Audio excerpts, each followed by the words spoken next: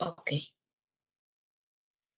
Muy buenas tardes, jóvenes. Mi nombre es Vivian Álvarez Escalante, soy su profesora de historia y vamos a desarrollar en estas 9 semanas los temas correspondientes a historia universal e historia del Perú. Vamos a hacerlo alternadamente. El día de hoy nos toca Historia Universal, la próxima semana Historia del Perú y así sucesivamente. Recuerda que nosotros vamos a tocar en estas 9 semanas todos los temas, ¿ok? Todos los temas y por lo tanto te pediría que por favor revisaras ya tus separatas que te han mandado los tutores para que no sea mucho más fácil para ti poder comprender estos temas, ¿ok? Porque es como un súper repaso. Así que ya tienes que más o menos conocer los temas, ¿ok? E iniciamos inmediatamente porque en realidad estos 2 horas se pasan rapidísimo. Y también, chicos, recordarles que ustedes tienen un sistema de multichat. En este sistema de multichat, ustedes pueden hacer todas las preguntas que necesiten para todos los cursos, ¿ok? Pero especialmente para historia te estoy comentando. Em, en estas 2 horas el tiempo es muy corto, es por eso que hay algunas preguntas que de repente no las has podido hacer en clase o por ahí tienes alguna incógnita. Basta con que tú le escribas al profesor y el profesor está ahí presente para responderte todas las preguntas que tú creas conveniente. O también le puedes mandar un pantallazo eh, con alguna pregunta y el profesor va a estar ahí para poder explicar. A ver, nuestro tema es el día de hoy, es teoría de la historia, la hominización, la prehistoria, la edad de los metales, Mesopotamia, Egipto, India y China. Empezamos. A ver, siguiente. Dice, conceptos generales de historia. ¿Qué es la historia? ¿Para qué sirve la historia?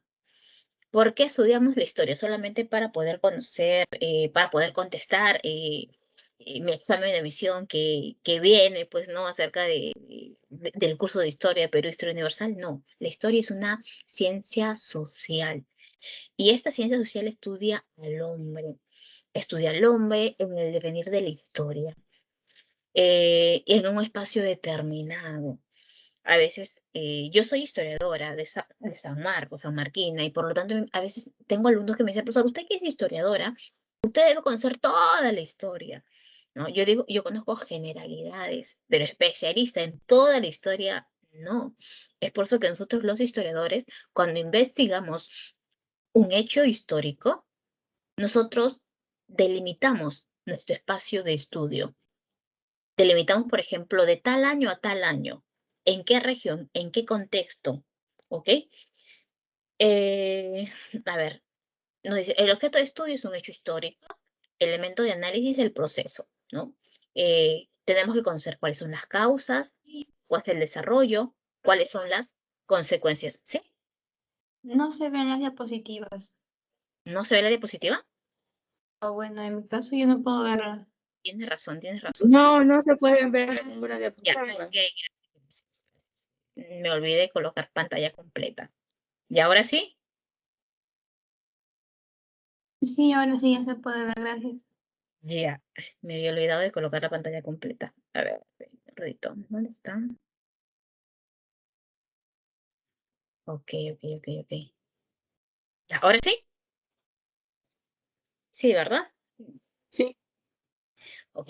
pues, A ver, ya. Ahora que estamos ahí bien, esta es la primera, menos mal, esta es la primera diapositiva. Ok. Ahí tenemos el objeto de estudio, ¿no? Los hechos históricos. Elementos de análisis, ¿no? Las causas, desarrollo y consecuencias.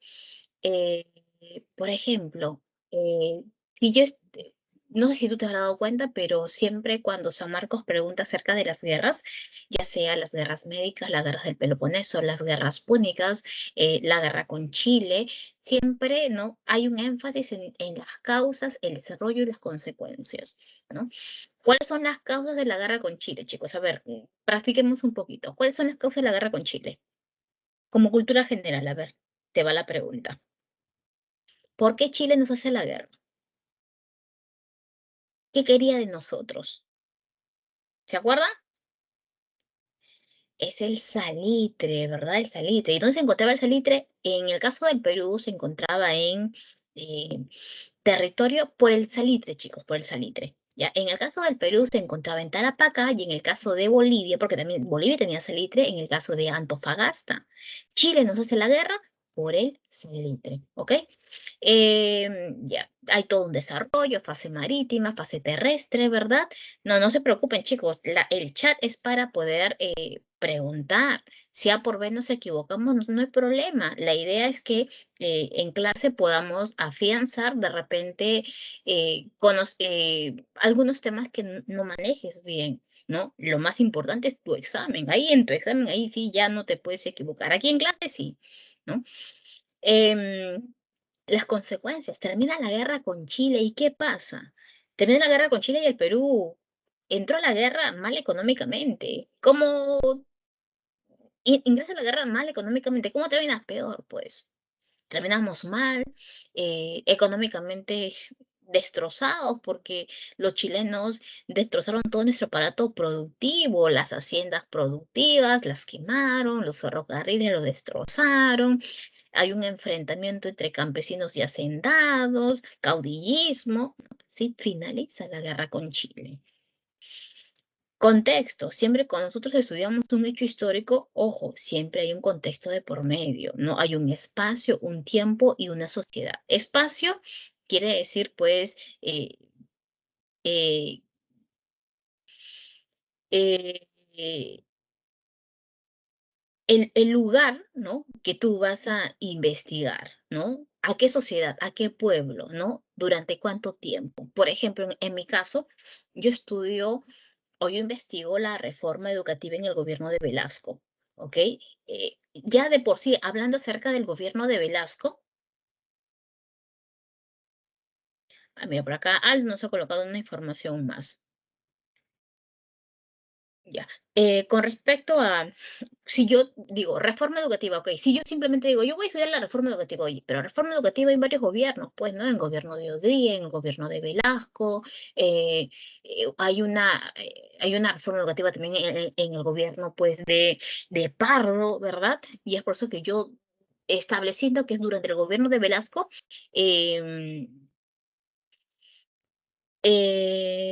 estableciendo el gobierno de Velasco, yo ya estoy delimitando el tema. Dice, profesor, el guano también formó parte del conflicto.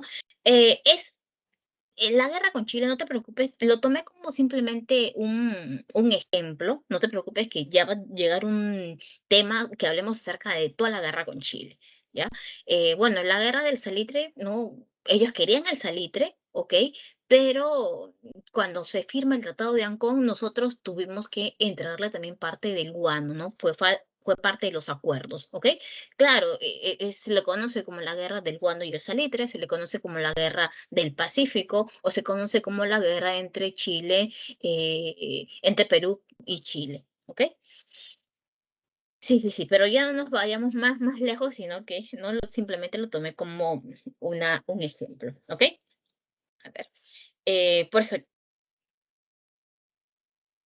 ya espera, porque creo que no estoy así. Sí, ya, no nos desviemos, chicos, ya hay que nuevamente regresar. Por ejemplo, como les estaba comentando, en la reforma educativa, yo digo ya, reforma educativa en el gobierno de Velasco. ¿Eso qué quiere decir? Que estoy ya contextualizando, es decir, del año 68 al año 75, ¿verdad? La reforma se da dentro de ese primer gobierno, ¿ok? Pero es la reforma educativa en el gobierno de Velasco, pero a través de la prensa escrita, a través de los periódicos. Por eso es muy importante delimitar el hecho histórico. Yo no voy a hablar, profesora, voy a hablar desde el gobierno de Sánchez Cerro hasta Fujimori. Imposible. Un historiador jamás te va a estudiar todo ese periodo. Es imposible. ¿De qué sirve, profesora, la historia? ¿Para qué me sirve? Para comprender el presente a partir del conocimiento correcto del pasado. Tenemos que conocer nuestra historia, porque los hombres son los mismos, ¿no? Pero vamos a ver que hay algunas cosas eh, que se pueden repetir. Por ejemplo, no sé si ustedes les han dicho en colegio, pero el gobierno el onceño de la guía se parece muchísimo al gobierno de Fujimori, ¿no? Es más, parece un copy-pega. ¿Qué es lo que hizo Fujimori eh, para, para gobernar en 3 periodos presidenciales? Primero, eliminó una constitución, después modificó una constitución, lo mismo hizo Leguía. Eliminó una constitución, modificó una constitución. El gobierno de Leguía fue un gobierno muy corrupto, igual el gobierno de Fujimori, ¿no? Y hay varios... ¿Y qué hace la población? Nada, bueno, estudia la historia solamente para probar y después se olvida. La idea es tener un conocimiento correcto del pasado para mejorar el presente. En nuestra separata también tenemos la imagen de Heródoto y Tucídides, que son los primeros hombres que van a estudiar la historia ya científicamente. Y lo encontramos, pues, que este estudio histórico surge en Grecia. Nosotros, como historiadores, tenemos fuentes históricas. Nosotros para reconstruir la historia necesitamos fuentes. No es que yo voy a reconstruir la historia porque yo creo, yo pienso, ¿no? O por ahí me contaron de repente, ¿no? Algo. No, tenemos que reconstruir en base a fuentes. ¿Qué tipo de fuentes hay? Escritas, orales, materiales y audiovisuales. Las fuentes escritas, nos dices, es conformada por textos contenidos en diversos soportes.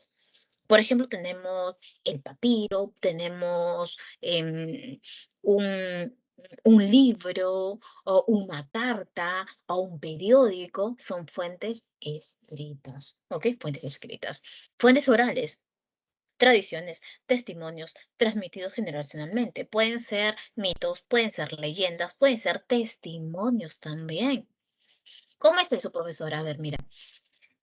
Por ejemplo, hace 2 años, un colega mío investigó, le gustaba muchísimo investigar el tema sobre la violencia política en los años 80 y 90, y por lo tanto, él se fue a Ayacucho, se fue a diferentes pueblos de Ayacucho, y por lo tanto, la población que vivía en esos pueblos, muchos de ellos vieron con sus propios ojos cómo fue ese proceso, cómo llegó de repente Sendero Luminoso, qué es lo que hacía o cómo llegaban los militares. Y por lo tanto lo que hacía mi colega era entrevistar a todos ellos y cada uno de ellos daba su testimonio y de esa manera también se reconstruye la historia. ¿Ok? Fuentes materiales es todo lo que el hombre ha hecho con sus manos. ¿Ok? Es toda evidencia física. ¿Ok? Toda evidencia física puede ser artefactos, construcciones. ¿Construcciones? ¿Qué construcciones, profesor? A ver, em, casas, palacios, fortalezas, templos, la muralla china, Sacsayhuamán, el templo de Chavín de Huántar, la cerámica, todas ellas son fuentes materiales. Desperdicios. No, basura. La basura, profesor, es una fuente material. Claro que sí. Por ejemplo, tengo amigas que son arqueólogas y que me dicen, Vivian, la semana pasada me fui, no sé, a tal departamento y hemos recogido todas las evidencias de ese lugar y hemos encontrado la basura. Y qué chévere, me dice luego, ¿por qué la basura? Porque en la basura, pues, es todo lo que bota el hombre, ¿no? Ahí en un solo lugar bota todo. Es decir, ese hombre de aquella época, ¿no? No me sirve el plato, que esta vez es cerámica de repente, ¿no? Lo boto. ¿No? Los desperdicios de los animales que ellos con que se alimentaban también, ¿no? Y para ellos, por ejemplo, es muy importante. Entonces, ¿dónde se encontraría el de Traiciones Peruanas de Ricardo Palma? Dependiendo lo que tú estás investigando. Todo depende de lo que tú investigues, ¿no? Por ejemplo, a ver, em, eh, ya, Ricardo, las traiciones peruanas de Ricardo Palma. Imagínate qué contexto lo colocaremos Ricardo Palma. 1800. Imagínate que el libro de Ricardo Palma salió en 1870, ¿ya? Porque no sé exactamente cuándo salió, ¿ya? 1870. Y por lo tanto, de repente las traiciones, pero es que depende, las traiciones peruanas, ¿no? Tienes que ver, ¿no?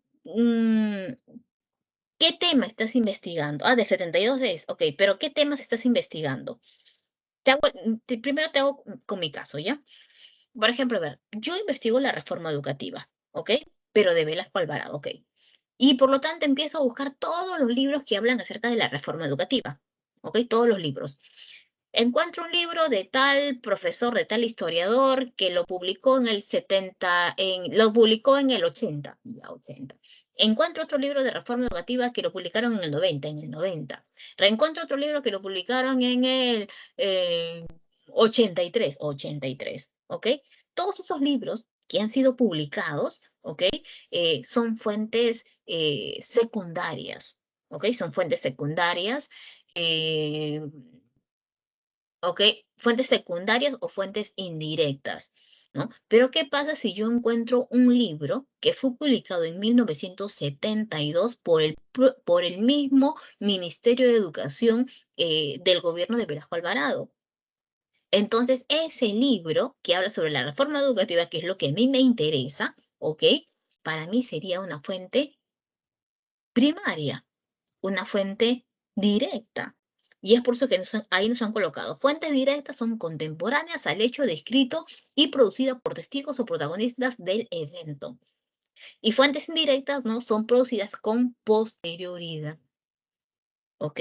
Fuentes directas, fuentes indirectas. Fuentes directas o fuentes primarias, fuentes indirectas o fuentes secundarias. Por ejemplo, es por eso que te digo, no, todo depende de lo que tú estás investigando. Porque si tú me dices, profesora, yo encontré, no sé, la carta del ministro de Educación durante el gobierno de Velasco, una carta, ¿ok? Y es una carta que habla sobre la reforma educativa y esa carta se lo está mandando al ministro de Chile, ¿no? Que también es un ministro de Educación, ¿no? Para mí es muy importante esa carta. Si habla sobre la reforma educativa, entonces, ¿sabes qué? Ay, es una fuente primaria. Pero ¿qué pasa si de repente este ministro de Educación peruano le manda, no sé, pues por ahí, le manda una carta a una chica, pues, por ejemplo? Bueno, le escribió el mismo ministro, sí, pero ¿es importante para mí? No, pues porque su vida personal no tiene nada que ver con lo que yo escribo, con lo que yo estoy investigando. Así que para mí no me sirve. ¿Ok? Todo depende, por eso, de lo que tú estás investigando. Ahora, nos hemos salido un poquito, nos hemos adelantado al tema porque Diana nos estaba preguntando por el chat. Pero sigamos ya en las fuentes materiales. Son artefactos, construcciones, desperdicios, restos humanos, etcétera. Por ejemplo, una cerámica es una fuente material.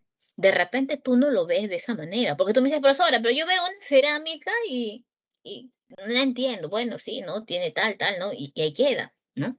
Pero es el arqueólogo quien le saca, le exprime la información. En realidad, esta fuente material no es estudiada directamente por el historiador, son los arqueólogos quienes investigan y nos arrojan esa información a nosotros. El arqueólogo tiene técnicas, tiene herramientas de cómo sacarle la información. La cerámica, a ver de qué material, de dónde salió ese material, eh, qué utilizaron, cómo fue producido, ¿no? Todo eso, toda esa información la tiene el arqueólogo. Por ejemplo, si ustedes han visto la cerámica de Mochica, ¿no? La cerámica de Mochica es pictórica. ¿Qué quiere decir pictórica? Tiene imágenes, ¿ok? Tiene imágenes. Tú puedes ver, por ejemplo, una imagen de, a ver, ya que tenemos el internet aquí, mira. A ver, cerámica moche. Mira esta cerámica moche. Aquí, mira. Mira esta cerámica. Profesora, este hombre, mira, parece que estuviera cazando, ¿verdad? Puede ser. ¿No? Ahí la información, se encarga de darnos la información el arqueólogo. A ver, una cerámica. Puros huecos eróticos nada más tengo por acá. Hay huecos eróticos que te hablan acerca de la vida, ¿no? De la vida cotidiana del hombre de Moche. Mira, aquí está esta mujer dando de amamantar. Mira acá, esta es pictórica también, mira. Por eso existían perritos en ese entonces, sí existían, ¿no? Posiblemente este sea un militar, el otro también sea un militar, ¿no? Toda esa información, la manera de cómo se viste, las máscaras que tienen cada uno de ellos, esa información, ¿no? No la da el arqueólogo, ¿ok? Fuentes materiales. Las fuentes audiovisuales son actuales, ¿no? Recién la podemos manejar. Entonces, son grabaciones de imágenes o también sonidos mediante diversas tecnologías. Por ejemplo, en el gobierno de Fujimori, decían, no, el gobierno de Fujimori es recontra corrupto. Todos decían, corrupto, corrupto, corrupto, sí, pero no había pruebas. Hasta que apareció la prueba, pues, hasta que apareció la prueba. Hasta que en el año 2000, el congresista Pope Olivera, no, Fernando Olivera, en el Hotel Bolívar, muestra el primer video. Y en ese video tú podías observar cómo Vladimir Montesinos, que era el asesor del presidente, le estaba entregando fajos de dinero a Curi. Y es más, se escuchaba la conversación todo y todo. Ahí está la prueba. El gobierno de Fujimori es recontra corrupto. Y esos son conocidos como los Vladivideos, ¿no? Los Vladivideos. Vladimiro Montesinos subió, le preguntaron a Fujimori, Fujimori dijo, yo no sabía nada, no puede ser posible, que yo le tenía confianza, en fin. A partir de ese momento se va a requebrajar el poder que tenía Fujimori y después se fue a la cumbre y de ahí desapareció y em, envió su carta de renuncia, ¿ok? Mandó su carta de renuncia. Por ejemplo, ¿no? Esta fuente audiovisual también sirve para poder reconstruir la historia del Perú. Hay el Congreso de la República, a todos esos Vladivideos han sido transcritos y tú lo puedes encontrar en 3 tomos. No, yo tengo 2 tomos, ¿no? Así que yo me he comprado esos libros y leyendo esos libros puedo, ¿no? Saber cuál es la información que tenía, pues, esos Vladivideos. Y de esa manera yo puedo decir, ah, mira, el gobierno de Fujimori fue corrupto, porque mira, en este video tal, publicado tal, de donde conversaba Vladimiro Montesinos con la congresista Susi Díaz, cuando conversaba con de repente el dueño del Canal 4, Cruzillán, con Gisela Valcárcel, cuando ¿no? Tú puedes ahí encontrar evidencia, son tus fuentes, ¿no? Son fuentes audiovisuales. Sigamos, a ver.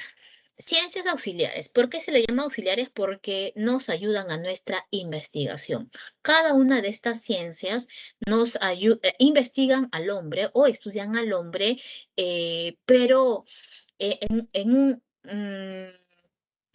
un momento determinado, ¿ok?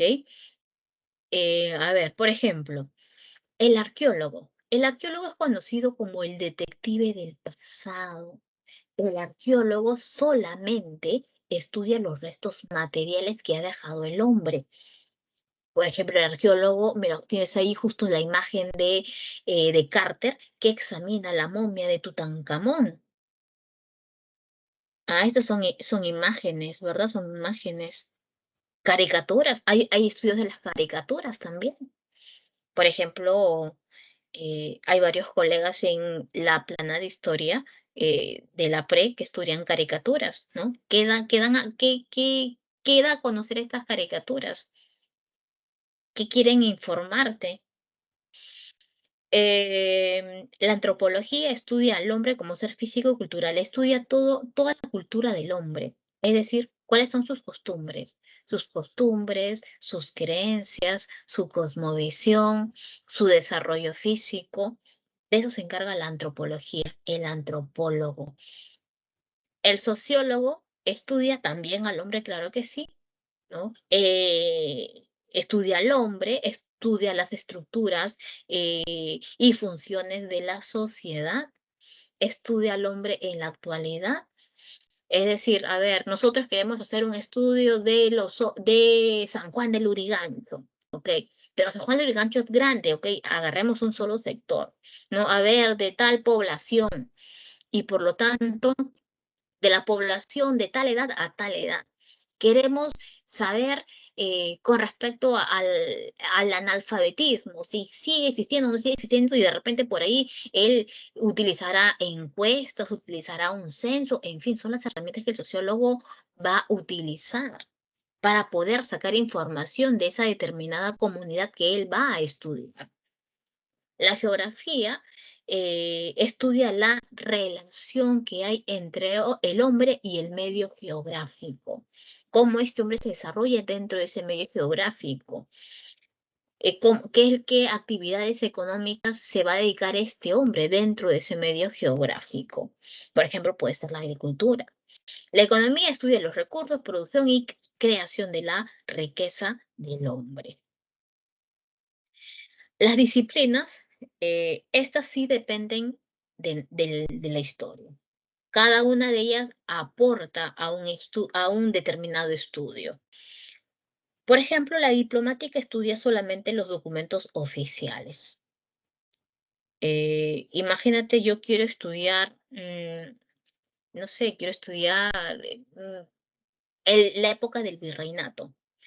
Y por lo tanto, en el virreinato que empieza de 1542 a 1821, que es un aproximado de 300 años, yo quiero estudiar, a ver, no sé, el levantamiento de Tupac Amaru. Y por lo tanto, ¿a dónde tengo que ir? A un archivo. Y en el archivo me van a facilitar varios documentos. Y de esos documentos yo tengo que ver, pues, ¿no? Cuáles son los documentos oficiales, los verdaderos, porque también hay documentos de aquella época, pero que son falsos. Pero gracias a la diplomática yo puedo darme cuenta cuáles son los reales, ¿no? Y los oficiales. La numismática estudia las monedas, estudia las medallas, la heráldica, estudia los los escudos y los blasones. ¿Qué son los blasones? Son los escudos de las familias. La paleografía descifra la escritura sobre papel. Cuando yo fui, mi primera investigación en San Marcos fue en tercer año de la universidad. El profesor nos dijo, chicos, ustedes van a ser historiadores y por lo tanto no solamente van a tener que utilizar fuentes secundarias, sino que necesitan fuente primaria. Así que nos mandaron a todos al archivo. Y cuando nos mandaron al archivo para nosotros fue un poco difícil porque nos empezábamos a leer documentos de 1500, 1600, 1700 y por lo tanto la escritura era recontra diferente. Mira esa imagen que hemos colocado. Tú ves esa imagen y dices, profesor, no entiendo absolutamente nada, ¿verdad? Yo solamente veo garabatos, pero es una información. Pero para poder aprender a leer, ¿qué curso llevamos nosotros? El curso de paleografía. ¿Qué nos ayuda la paleografía? Descifrar la escritura antigua sobre papel. No son muy buenas yo leyendo documentos del siglo XVI y XVII porque yo me he especializado en república, no colonia. Hay historiadores que se especializan en colonia y por lo tanto todos los días ver documentos de aquella época ya son rápidos en leer. Ahí tendremos que demorarnos un rato para leer. Epigrafía estudia las inscripciones sobre los monumentos, como por ejemplo puede ser el metal, puede ser la piedra, puede ser metal, piedra, madera, asta. ¿Ok? Ahí tienes una imagen, dice lápida romana. Cayo Coelus construyó los muros, torres y puertas de la ciudad. Ahí, toda esa información está ahí en esa lápida. ¿Ustedes han escuchado hablar acerca de el código Hammurabi? ¿Han escuchado del código Hammurabi o no? A ver, te muestro. ¿Qué es el código Hammurabi? Es una ley, profesora, la ley del código Hammurabi. Claro que sí, pero ¿sabes qué? A ver, mira, quiero que observes. Código Hammurabi. Este es el código Hammurabi. Mira, esto es lo que ves acá. ¿No? Para verlo más cerquita, por acá está, mira. En la parte, esta es una piedra. Aquí se encontró la ley. Mira, esta es una piedra. Aquí en la parte superior está el dios Shamash, que es el dios de la justicia, conversando con Hammurabi, le entrega las leyes a Hammurabi. Y aquí en la parte inferior está esta escritura, mira. Esta es la escritura cuneiforme. ¿Ok? La epigrafía estudia ese tipo de escritura, ya sea metal, piedra, madera. ¿Y qué es la genealogía? Estudia los linajes familiares. Aquí tenemos una imagen, dice, es un árbol genealógico de la dinastía Habsburgo. Y la dinastía Habsburgo es la más poderosa e influyente durante el siglo XVI. Siglo XVI. Sigamos. Con respecto a cómo se va a periodizar la historia, tenemos en realidad varias, ¿no? Pero la que San Marcos eh, siempre eh, considera es la de Cristóbal Keller. Cristóbal Keller va a acuñar estos términos como edad antigua, edad media, edad moderna. Y a ver, mira, justo dice, creador de la división clásica de la historia bajo el enfoque eurocéntrico. Claro, bajo el enfoque de Europa. No, si en Europa pasa de tal manera, eso quiere decir que en otros países también debe pasar lo mismo. Por ejemplo, en esta edad antigua, ¿no? Para Cristóbal Keller te dice, la edad antigua se inicia desde que se inventa la escritura. Profesora, pero antes de la escritura también, ¿no? Hay pueblos que se van a desarrollar, claro, pero para él, ya, él lo considera desde que aparece la escritura. Es decir, un aproximado de 3000 años antes de Cristo. La edad antigua, ¿no? Desde 3000 años antes de Cristo hasta 476 caída de Roma de Occidente. Apenas finaliza, ¿sí? Apenas finaliza la edad antigua, inicia la Edad Media, ¿no? La Edad Media de 476 hasta 1453 y después del 53 hasta 1789, ¿ok? Edad antigua, Edad Media, Edad Moderna y también tenemos ahí la Edad Contemporánea. ¿Cuáles características? En la Edad Antigua surgen las grandes civilizaciones, como por ejemplo Egipto, la India, la China, Mesopotamia, ¿ok? En la Edad Media, el desarrollo del feudalismo.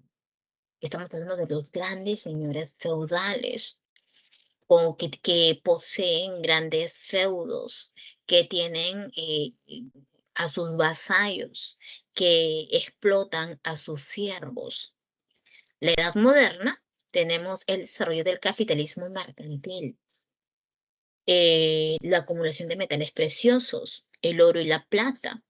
Para 1500, para el siglo XVI, España se convierte en la potencia mundial gracias a que tiene como colonias al Virreinato del Perú, el Virreinato de Nueva España, y por lo tanto todo el oro y toda la plata va a parar a España, ¿no? Están en el contexto del capitalismo mercantil. Y en la edad contemporánea, que se inicia desde la Revolución Francesa 1789 hasta la actualidad, es el capitalismo liberal. Prácticamente estamos hablando ya del liberalismo. La hominización, ¿ok? La hominización, a ver, veamos. ¿Dónde se encuentra la cuna de la humanidad, chicos? En el continente africano, claro que sí. Cuando hablamos acerca de hominización, estamos hablando acerca de la evolución del hombre, ¿ok? Hominización es evolución del hombre, evolución tanto en lo biológico, en lo psíquico y también en lo social. ¿No? Es el proceso evolutivo de los homínidos que permitió el surgimiento del género Homo. Cuando hablamos acerca de Homo, estamos hablando acerca del hombre, ¿ok? Características cuna de la humanidad es el continente africano, pero para ser más específicos, ¿ok? Es parte de África, pero África oriental. Mira, a ver, hominización oriental. Quiero ver, ya que estamos aquí en internet, hay que aprovechar todo. A ver, quiero que veas esta imagen. Esta imagen está bonita, mira. No se ve muy bien, ¿no? A ver, otra imagen. Esta de acá. No se logra observar bien las imágenes. Ya, ok. No vamos a poder observar exactamente los enunciados, ¿ya? Pero quiero que te des cuenta, mira. Todo esto es el continente africano, ¿ok? Todo esto. Imagínate que hemos partido África así, en dos. Esta sería la parte occidental y esto sería la parte oriental. ¿Dónde aparece? ¿Dónde es la cuna de la humanidad? Aquí. Ya, ¿dónde están estos puntitos rojos? Aquí. ¿Por qué, profesora? Lo que pasa es que antes todo el continente africano, ¿ok? Todo este continente había pues grandes plantas, grandes árboles bien frondosos y por lo tanto todos los homínidos vivían ahí en la parte superior de esos árboles. ¿Por qué no en el suelo? En el suelo no, porque se encuentran los animales depredadores, ¿ok? Por eso que vivían en la parte superior. Pero ¿qué pasa? ¿No? Se produce la falla del rift, ¿ok? Y cuando se produce esta falla, ¿qué pasa con toda esta parte oriental? Desaparecen esos grandes árboles. Desaparecen esos grandes árboles y por lo tanto todo ese lugar se convierte en una sabana. Estos homínidos que antes vivían en las copas de los árboles ahora están en el suelo. Y ahora en el suelo están, pues, ellos caminan sobre 4 extremidades. ¿Cómo saber qué es lo que está pasando a mi alrededor? Antes yo estaba protegido porque vivía en la copa de los árboles, pero ahora estoy en el suelo. Y por lo tanto, por necesidad, ¿qué es lo que va a hacer este homínido? Poco a poco se va a parar sobre 2 extremidades. Pero ojo, no es que yo me paré y me quedé ya erguido, no, es todo un proceso. Pero en ese poquito que ha podido pararse sobre 2 extremidades, ha podido observar qué es lo que está pasando a su alrededor, si hay peligro o no hay peligro. Y nuevamente camina sobre 4 extremidades. Pero ya que con el tiempo va a convertirse en un hombre bípedo, ¿ok? Porque va a caminar sobre 2 extremidades, va a dejar la mano libre. Y cuando deja esta mano libre, ¿qué va a pasar? ¿No? Va a empezar a manipular objetos. Mira, la manipulo, la agarro. Por ejemplo, el Australopithecus la agarra, manipula. Observa de repente que por aquí viene un animal depredador. Yo puedo agarrarlo una piedra y puedo tirarle una piedra. Pero el Australopithecus no es considerado un hombre. ¿Por qué no, profesora? Porque el hombre crea, el hombre produce. Y quien va a producir las primeras herramientas es el Homo habilis, el hombre habilidoso. El Homo habilis, claro, manipula, pero no solamente manipula, sino que él agarra una piedra, otra piedra, y por lo tanto, mediante el método de percusión, yo agarro esa piedra y la voy a, como se dice, ¿no? Chancar a la otra piedra para formar una punta de proyectil. Eso es lo que hace el Homo habilis.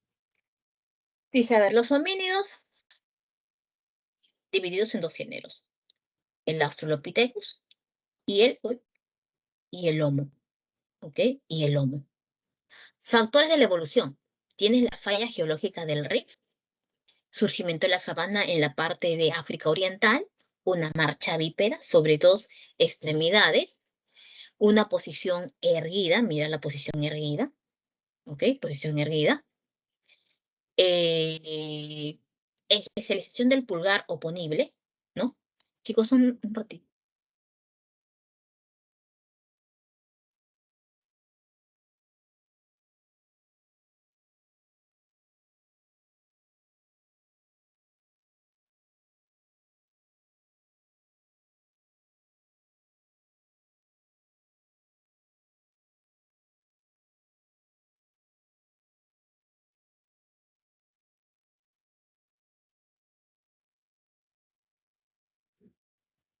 Ok, tenemos ahí una marcha bípeda, una posición erguida, se especializa el pulgar oponible, hay un crecimiento también de la masa encefálica y el desarrollo de diversas áreas. Quiero que observes esta imagen, mira. Columna en forma de S, se reducen los brazos, se van a alargar las piernas, ¿no? Estos son los cambios generados por la marcha bípeda. Ahora, ¿por qué el crecimiento de la masa encefálica? Mira, justo por acá tenemos, para que puedas observar mejor, ¿ok? Masa encefálica, a hominización. Aquí está, a ver, este de acá está bonito. Quiero que observes esa imagen, ¿no? Mira. Si tú te das cuenta, ¿no? Acá nos dice Australopithecus, mira esta masa encefálica. No, mira este cráneo, pequeñito, y mira esta mandíbula grandota. Mira el erectus. Va creciendo la masa encefálica y va disminuyendo la mandíbula. Miren el neandertal. Va creciendo, va disminuyendo. Y mira acá el Homo sapiens. Más grande y pequeña mandíbula, ¿verdad? ¿Por qué? ¿Por qué se da ello? Lo que pasa es que el Australopithecus, ¿ok? El Australopithecus, él no come carne. Este Australopithecus se alimenta de las plantas, se alimenta de las raíces de los árboles y por lo tanto, como no ingiere proteína, su masa encefálica es pequeñita, el cráneo es pequeño. Pero eso sí, la mandíbula es grande, fuerte. Imagínate, no para poder masticar esas raíces. ¿Tú el día de hoy podrías masticar raíces? ¿Podrías alimentarte de raíces sin cocerlas? ¿Podrías o no? ¿Qué dicen ustedes? Imagínate que todos los días, no sé, te sirvan en tu casa yuca. Es más, sin sancochar. ¿Podrías o no? ¿Qué pasaría con tus mandíbulas? ¿Aguantaría o no aguantaría? Yo te aseguro que no. Yo te aseguro que estarías llorando ahí de dolor, porque nuestra mandíbula no está preparada para ello, pues. Pero eso sí lo tenía el Australopithecus, ¿ok? Ya para el Homo habilis, él en su primer momento era carroñero. Todo lo que dejaba el tigre dientes de sable, no esperaba y después cogía y empezaba, ¿no?, a alimentarse de ello. Y después ya empezó a cazar, a, a ingerir carne. Y es por eso que poco a poco la masa encefálica va creciendo, va disminuyendo. El erectus ya, pues, ni qué hablar. El Homo erectus eh, domina el fuego, coge sus alimentos. Es por eso que cada vez crece y va disminuyendo. Por ello, hay un cambio total del hombre.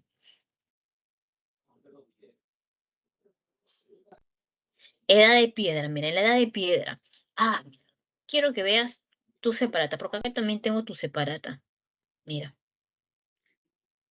aquí está tu separata, mira. Edad de piedra. En esta edad de piedra está dividida en el periodo paleolítico, en el periodo mesolítico y en el periodo neolítico. ¿Te das cuenta? Lítico. ¿Qué significa lítico? Piedra. Piedra antigua, piedra media, piedra nueva. ¿Ok? Pero a su vez, ¿no? En esta edad de piedra, al estudiar el periodo paleolítico se subdivide en tres etapas: paleolítico inferior, paleolítico medio y paleolítico superior. Eso está en la separata que nosotros te hemos entregado, ¿verdad? Ahora, mira, en esta edad de piedra, ¿cuáles son las características? Este hombre, ¿ok? Este hombre aparece en el periodo Pleistoceno. ¿Qué es el Pleistoceno? El Pleistoceno es una época gélida, una época helada. Estamos hablando de la edad de hielo, profesora, la edad de hielo. Y en esta edad de hielo estamos hablando del Pleistoceno, que es una época glacial. Después de la época glacial, se supone que está un interglacial, y el interglacial es el Holoceno. Y el Holoceno es el interglacial donde nos encontramos el día de hoy. ¿Ok? Antes era glacial, interglacial, y así sucesivamente. Pero tú sabes que desde que apareció el hombre, todo ha cambiado. ¿Por qué ha cambiado? Porque el día de hoy, si tú ves las noticias con la intervención del hombre, prácticamente el hombre está destruyendo el lugar donde vive. ¿Cómo se encuentran los polos? ¿No? Los polos los grandes bloques de hielo se están descongelando. ¿Cómo se encuentra, pues, nuestras capas de ozono? Con huecos y todo, y por todos lados, ¿verdad? Es por eso que la intervención del hombre no es muy buena con la naturaleza. A ver, siguiendo con el tema, ¿no? El hombre aparece en la época del Pleistoceno, época gélida, y a su vez también en esta época gélida aparece la megaflora y la megafauna.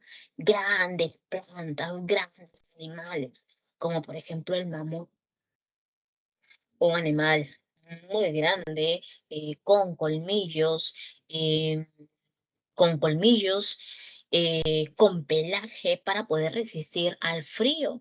Tenemos también al tigre dientes de sable, sus colmillos medían entre 10 a 15 centímetros.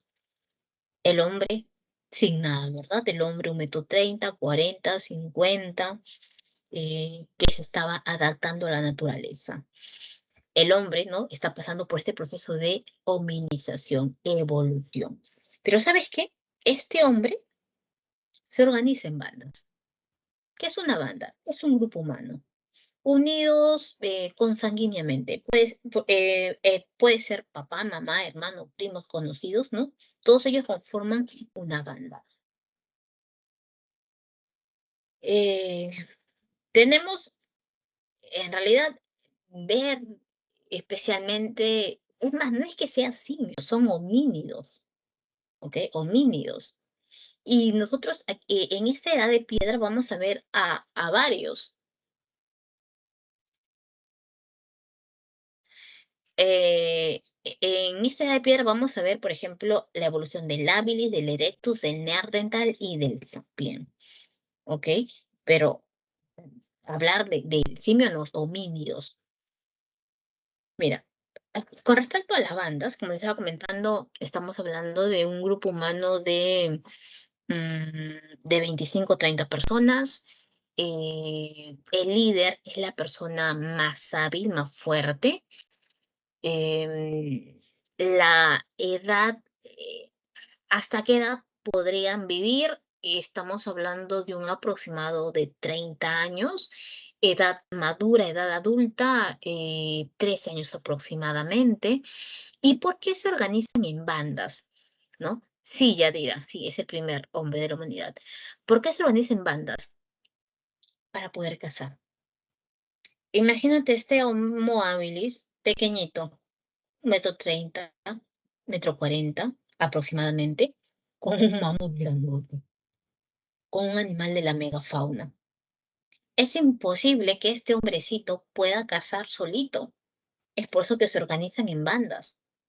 Se ponen de acuerdo de qué manera van a cazar, cómo van a separar a este animal de la manada, cómo van a orillar a este animal cerca a un barranco, cómo lo van a hacer caer, cómo lo van a matar.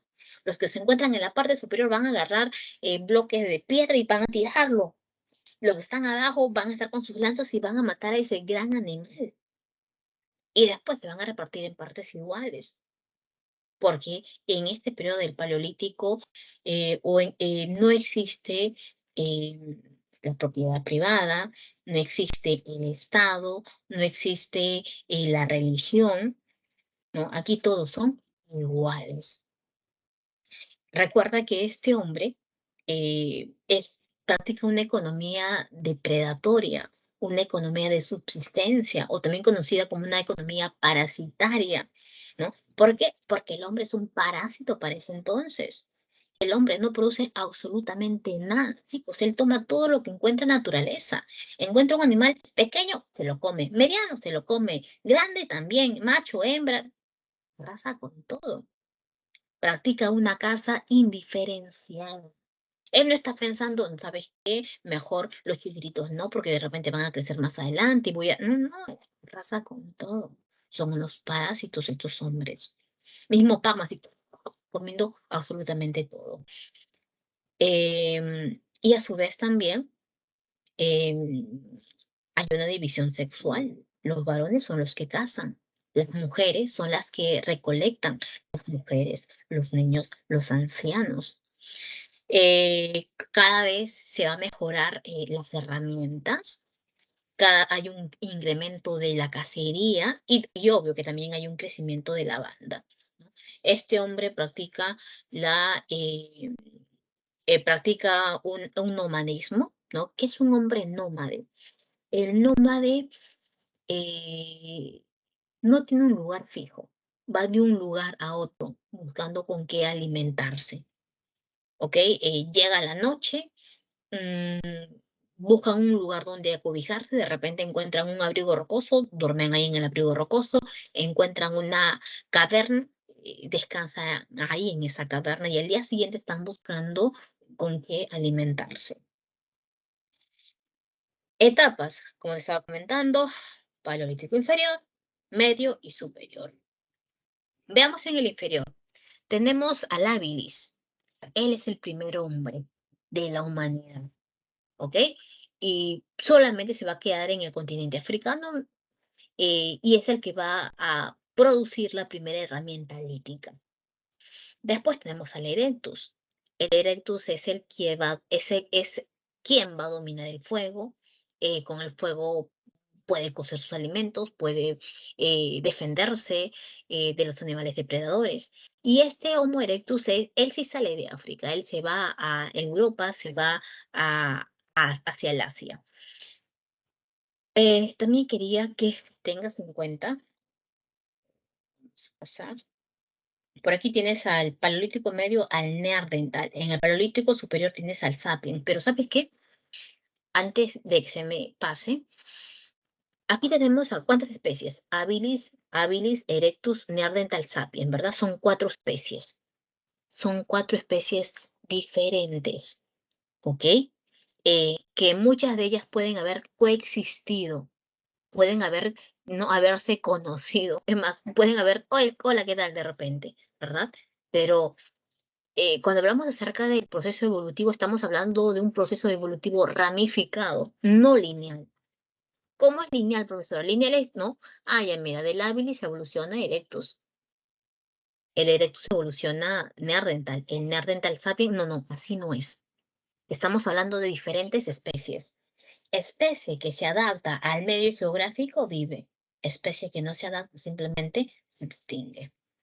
Se dice que, por ejemplo, el neandertal con el sapiens se conocieron, se vieron, ¿no? Cada uno sorprendido, ¿no? Mire, él es diferente, ¿no? Y mira cómo nos vemos. Dice que el neandertal era más gordito, más chiquito. Gordito, ¿por qué? No toda la grasa que está acumulando en su cuerpo, porque estamos en una época del Pleistoceno, una época gélida. Mientras que el Homo sapiens es eh, es más alto, más delgado. Él sí se ha adaptado a ese medio geográfico que viene a ser, eh, a ese clima nuevo que viene a ser el Holoceno. Son diferentes especies, ¿ok? Veamos, mira. Paleolítico medio tenemos al Homo neandertal o neandertalensis. Con él surgen las primeras ideas mágico-religiosas. Él empieza a preguntarse, ¿existirá una vida después de la muerte? ¿La naturaleza me estará escuchando, me estará viendo? ¿No? Es más, cuando muere uno de sus integrantes, ella siente la pérdida, se acongoja, no mira, pobre que murió, y por lo tanto va a empezar a enterrarlo. El Erectus, ¿murió? Oh, murió, pues no, ya, se murió, chao, ¿no? Y sigo caminando. Es más, un par de meses ya se olvidaron de que existía. Pero el Neandertal no. Es por eso que el Neandertal va a enterrarlo. Hay un ritual funerario. Ese ritual, ¿no? ¿Cómo es ese ritual, profesora? Lo van a enterrar. Lo van a enterrar con sus alhajas. ¿Tiene alhajas? Claro que sí. Su collar de repente de conchitas, ¿no? Conchitas de mar. Su herramienta lítica de repente. Alrededor del cuerpo flores. En la parte superior de la cabeza, cenizas, porque la ceniza representa fuego y el fuego representa vida. El día de hoy ustedes aunque no creo este año, ¿verdad? ¿Han estado presentes en algún ritual funerario o no? Aunque conocemos varios, ¿ah? ¿Hay rituales funerarios? Claro que sí. Tú ni siquiera te has dado cuenta. Cuando muere un conocido, ¿qué es lo que hacen? Lo bañan, lo cambian, algunos lo maquillan, ¿verdad? Lo velan un día, 2 días. Algunos en el funeral están llore por su familiar que ha partido. Hay otros que en otros funerales la gente está feliz y contenta. Es más, han traído orquestas, es más, están zapateando en plena orquesta, ¿verdad? En pleno funeral con la orquesta. Están tomando felices, contentos. ¿Y por qué no lloran? Ah, porque por ahí la idea que ellos tienen es que se va a otro plano, ¿verdad? Claro, otros queman o lavan su ropa. Eso es lo que pasó, por ejemplo, con mi primo, que vive en provincia. Mi primo falleció, mi mamá fue. Y mi mamá me cuenta, me dicen, oye, ¿sabes qué? Enterramos al muertito, pero eh, y después llevaron todas sus ropas al río y empezaron a lavar toda la ropa. Y luego, ¿para qué si ya se murió ya, verdad? Ya se murió y quedó. Le digo, la creencia. ¿No? Son diferentes. Hay otros que los queman en la India. Claro, o sea, son diferentes, ¿no? Perspectivas. En la cosmovisión andina, ¿no? ¿Por qué crees que traen a su orquesta? ¿No? Están ahí zapateando, ¿no? Y es más, ¿no? Ahí han contratado a la orquesta y todos están tomando. No están llorando, ¿no? No, ya murió, ¿no? Eso significa que se está yendo a otro plano, ¿no? A otro mundo. Y también en el Homo neanderthal tenemos el lenguaje articulado, ¿no? El lenguaje articulado. En el Paleolítico Superior, mira, tenemos a este hombre. ¿Qué está haciendo este hombre, chicos? Está dibujando, ¿verdad? Profesora, parece que está dibujando un animalito, ¿ok? Y es más, yo ha sido pregunta de examen de admisión, ¿verdad? La serra- su vestimenta son pieles de animales. ¿No? Pieles de animales son. A ver, ¿por qué están dibujando? Profesora, porque les está enseñando a los más chiquititos cómo dibujar, ¿no? Porque con el dibujo se ve más chévere, ¿no? Y sus pinturas, ¿no? ¿Por qué dibujan? ¿Cuál es el objeto de plasmar esas imágenes de animales en las cavernas? Se supone que ustedes están postulando a Marcos, se supone que ustedes están revisando ya las preguntas de examen de admisión. ¿Con qué objetivo lo hacían? El objetivo era, ¿no? En que ellos creían, ¿no? Que la naturaleza los estaba observando, los escuchaba, y por lo tanto, ellos antes de salir a una cacería, ¿no? Realizaban esas imágenes. Es decir, es como que, naturaleza, yo te estoy solicitando, te estoy pidiendo que por favor proveas, ¿no?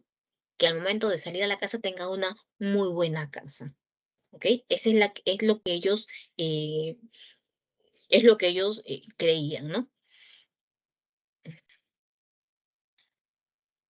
Pagando la naturaleza. No, es más, estos términos de pagando, ¿no? De pagar a la tierra u ofrendar a la tierra son términos diferentes, ¿sabes? Que yo recién también los estoy aprendiendo, ¿no?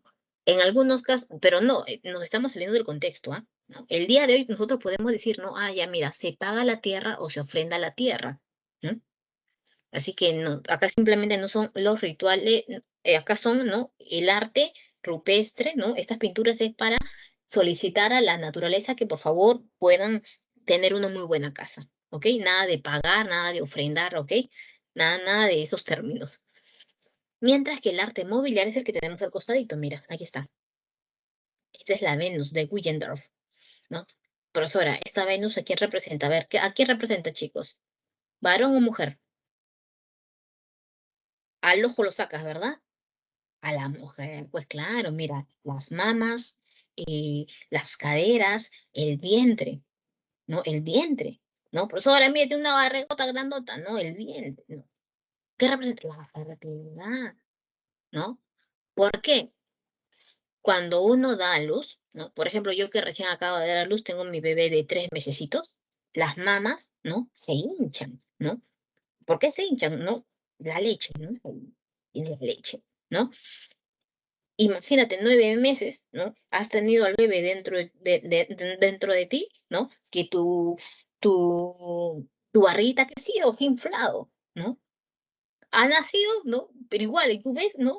Hoy sigue embarazada todavía, no ha nacido el bebé, ¿no? Ya nació ya, pero no de un momento a otro no va a regresar como era antes, ¿no? Las caderas también se ensanchan. Ahí tú pregúntale a tu mamá. Gracias, gracias, chicos. Pregúntale a tu mami, ¿no? Cuando vas a dar a luz, tú sientes que los huesos se están preparando para que por ahí pueda salir el bebé. Y por lo tanto es como que tus huesos están así, ¿no? Por eso, ¿no? El culto es la fertilidad. Mesolítico. ¿Qué es el mesolítico? El mesolítico es el tránsito del Pleistoceno al Holoceno. Es decir, está finalizando esa época gélida y se está iniciando una nueva época, la época cálida. Y por lo tanto, ¿eso qué trae como consecuencia? Trae como consecuencia de que este hombre que estaba adaptado a una época fría, Si no se adapta a esa nueva época, simplemente se extingue. Y eso es lo que pasó con el Homo neandertal. Murió el Homo neandertal. Quien sobrevivió es el habilis.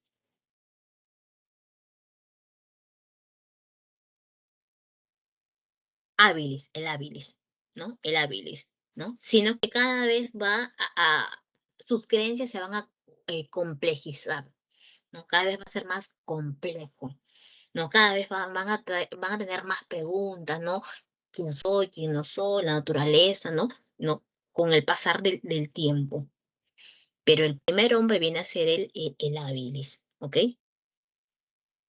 A ver, en este tránsito del Pleistoceno al Holoceno, ¿qué va a provocar? Que esos grandes animales desaparezcan.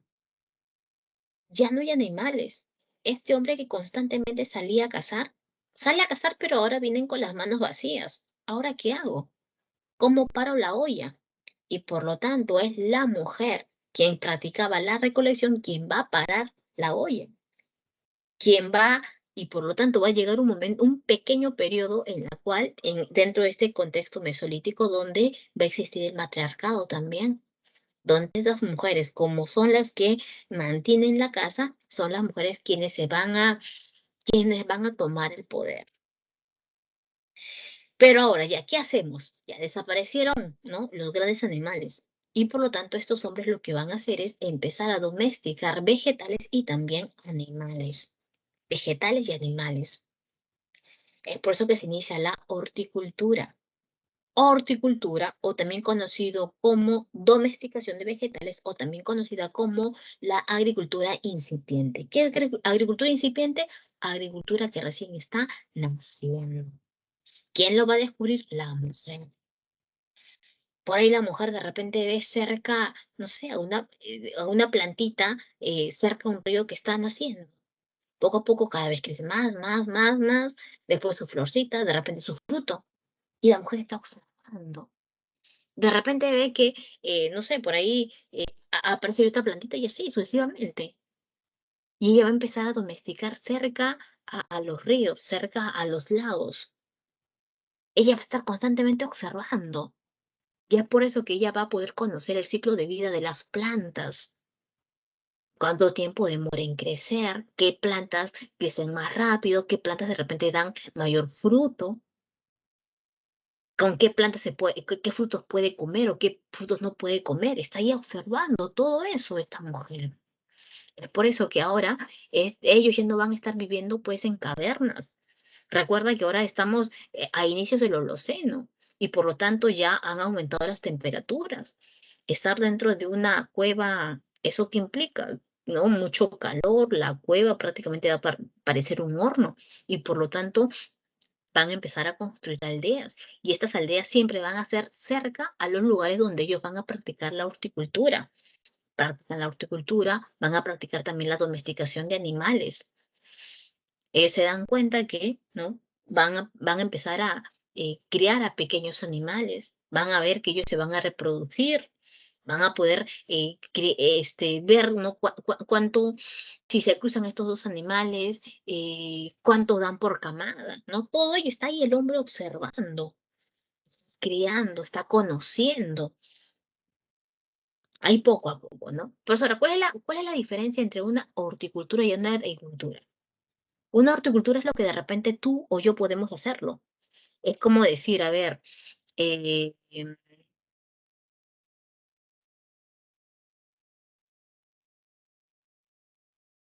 ya mira, por acá no me había dado cuenta, pero John está ahí ya delimitando los términos, ¿no? Matriarcado con eh, ideología feminista, ¿no? Los términos también, ojo, se entienden dependiendo del contexto en el cual se está estudiando un, un hecho histórico, ¿ah? Ya, todo depende también, ¿no? No es lo mismo, por ejemplo, ya, un paréntesis, ya, a lo que ha colocado tu compañero, por ejemplo, cuando hablo acerca yo de democracia, el concepto de democracia no es igual al que manejamos el día 2022 a lo que se maneja de repente el término de democracia en Grecia. Profesora, pero no, democracia en 2022 todos somos iguales. Ok. Democracia en Grecia. ¿Todos son iguales? No, solamente hay un grupo que son iguales, el resto no. Y es más, hay esclavos todavía. Por eso siempre los términos, ¿no? Uno cuando los analiza es dependiendo del contexto de la cual se está hablando. ¿Ok? Sigamos. Ya. A ver, horticultura. Por ejemplo, horticultura, claro, claro, ¿no? De distintas creencias de cada cosa. Por ejemplo, la horticultura es lo que tú y yo podemos hacer, ¿no? Vamos a practicar la horticultura. No sé, pues yo de repente fuera de mi casa hago mi jardincito y por lo tanto, no sé, compro semillas de tomate o de repente de caigua o algo, ¿no? Y está en mi jardincito echándole agüita, echándole abono. Y lo que yo produzco en mi jardincito, no sé, salen los frutos de la caigua, 6 caiguas, ¿no? Tanto esfuerzo para 6 caiguitas. Yo, horticultura, ¿no? Pongámoslo del ejemplo más sencillo. Pero en cambio, cuando hablamos acerca de agricultura ya es diferente. ¿Y la agricultura dónde lo vamos a ver? Aquí, chicos, aquí, en el Neolítico, ¿ok? En un momento te explico qué es la agricultura. Es por eso que este hombre que empieza a domesticar vegetales y animales, este hombre ya no hay necesidad de que siga de un lugar a otro. Este hombre se va a volver semi-sedentario, ¿no? Semi-sedentario, es decir, se va a establecer en un determinado espacio. ¿Por qué? Porque, mira, imagínate que está domesticando vegetales y se va, ¿no? Ahí tiene ya con qué alimentarse. Está domesticando los animales también. De repente, este animal hembra está preñada, ¿no? Oye, ¿sabes qué? No vamos de un lugar para otro, no. Ahí, por un determinado espacio. Y claro, y después ya se van a otro lugar por un espacio determinado. Desarrollaron la industria microlítica, mira. Chiquitito, mira, ¿no? Esta industria microlítica asociada a la pesca, ¿no? Para poder pescar. Esto es una recreación, ¿no? Del Mesolítico. Pesca en la balsa recreada. En el Neolítico, este hombre ya se vuelve sedentario. ¿Y por qué se vuelve sedentario? Porque este hombre ya practica la agricultura y la ganadería. ¿Qué es la agricultura y ganadería? Por ejemplo, la agricultura y ganadería es lo que agricultura es lo que practicaba mi abuela. Mi abuela, ¿ok? Que vivía antes en Ayacucho, ella tenía sus chacras, pues, ¿no? Las chacras que de repente, imagínate, es un tamaño de una cancha de fútbol. Y por lo tanto ella sembraba papas, ¿no? Después de ella viene, pues, no la cosecha de papas. Pero, ojo, ella no puede sembrar cuando se le dé la gana. Ella tiene que tener cierto conocimiento, por ejemplo, del tipo de tierra.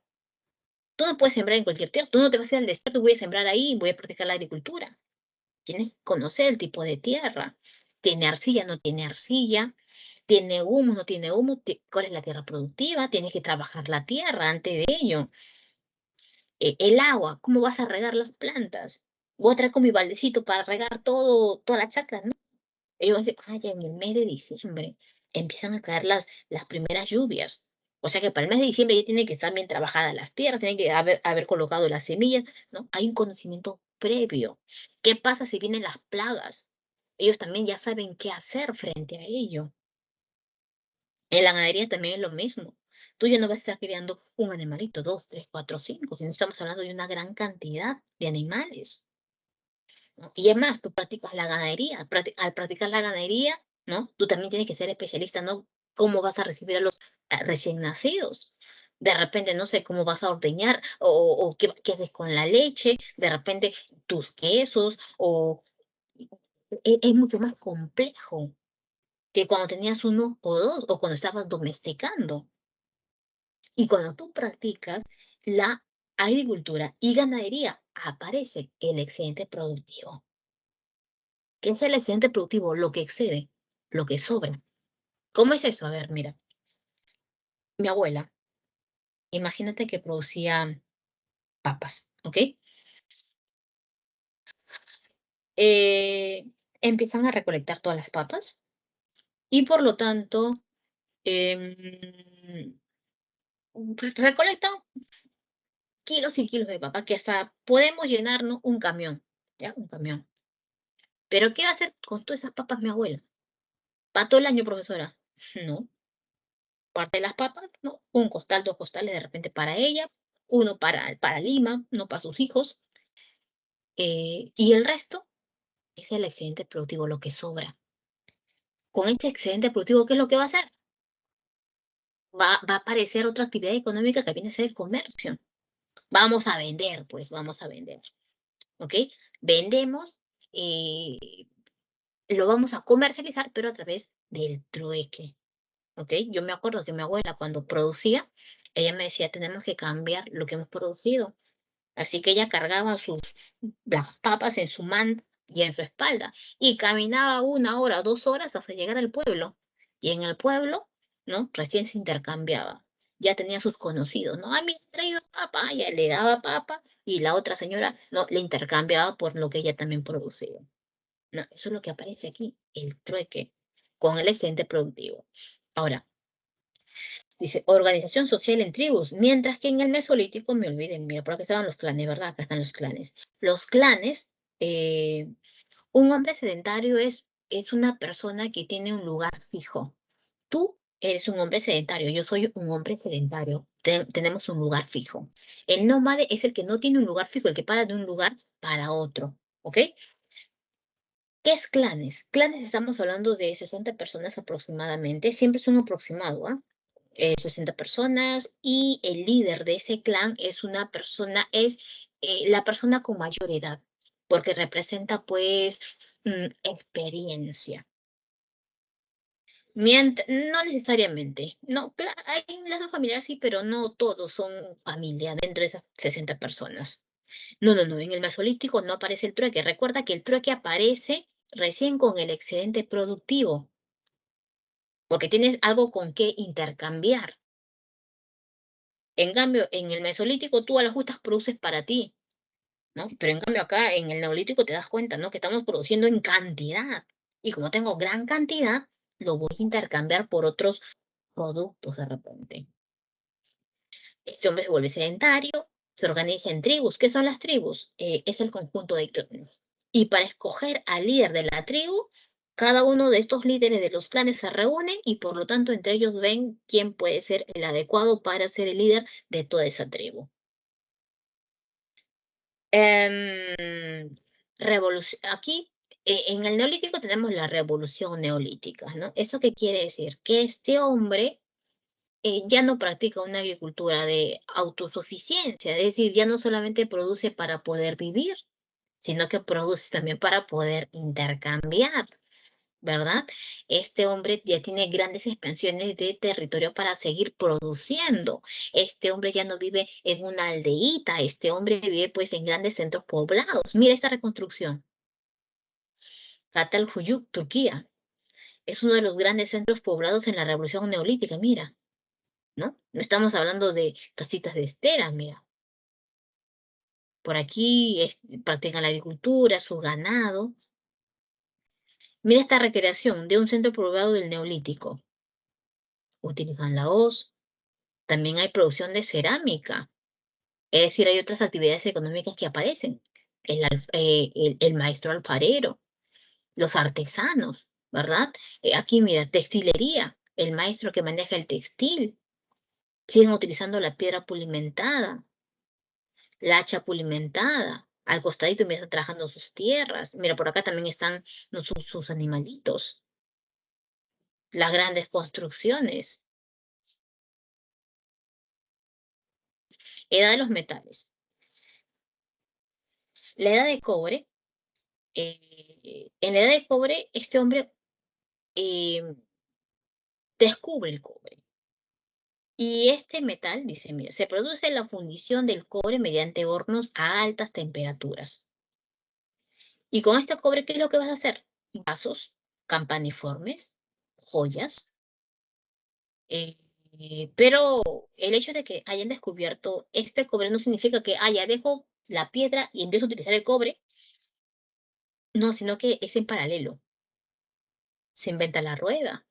Pero sobre la rueda, ¿dónde se inventa? Con los sumerios, Mesopotamia, pues, ¿no? Los sumerios pertenecían a la edad de cobre, la edad de bronce, revolución urbana, grandes construcciones, grandes murallas, grandes ciudades, estados, centros administrativos, como por ejemplo también estamos hablando de Mesopotamia. Surgimiento de estado, primero de carácter teocrático, sacerdotes. Después, los primeros imperios militaristas. Imperios militaristas, es decir, este imperio cuenta con un ejército profesional y este ejército profesional somete a otros pueblos y es por eso que cada vez se van expandiendo. Y recuerda que son estados imperialistas esclavistas como Mesopotamia, Egipto, la India. Y también tenemos la invención de la escritura ideográfica. ¿Por qué ideográfica?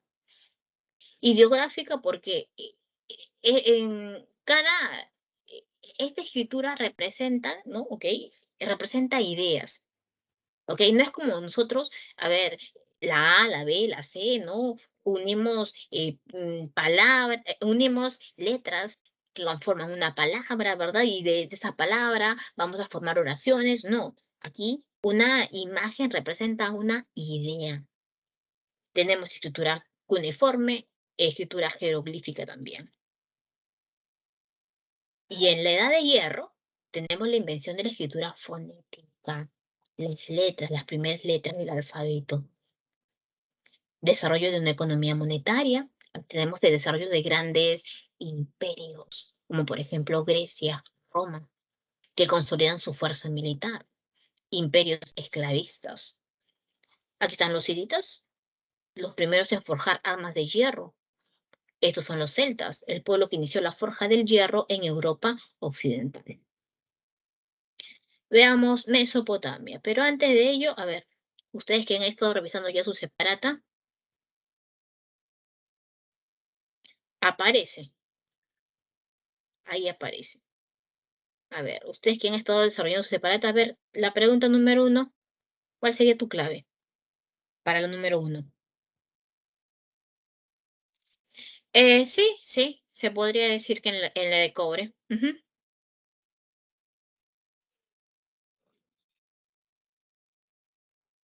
A ver, la número 1, ¿cuál sería tu clave de la número 1?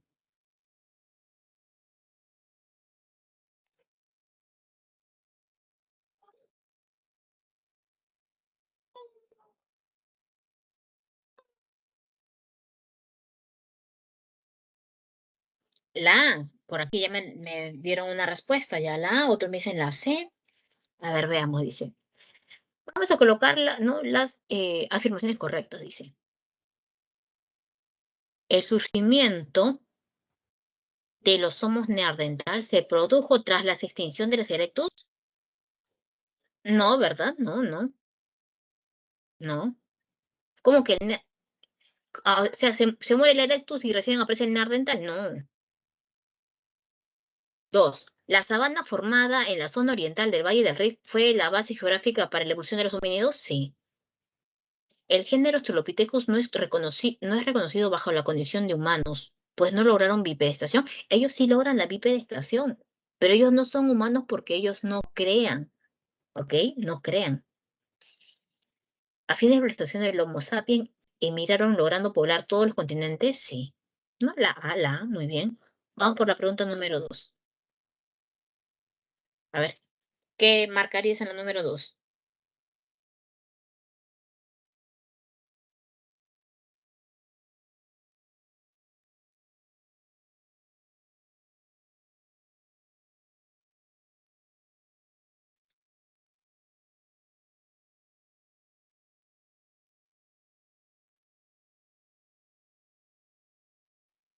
Se entiende como revolución neolítica el periodo de grandes cambios de la prehistoria, donde los seres humanos, la vez me han colocado por ahí, a ver, donde los seres humanos pasamos de grupos nómades, claro, antes eran nómades, ahora se convierten en sedentarios, claro, y de desarrollar una economía depredadora a generar sus propios alimentos mediante una economía de tipo productiva, claro, este hombre produce, ¿verdad?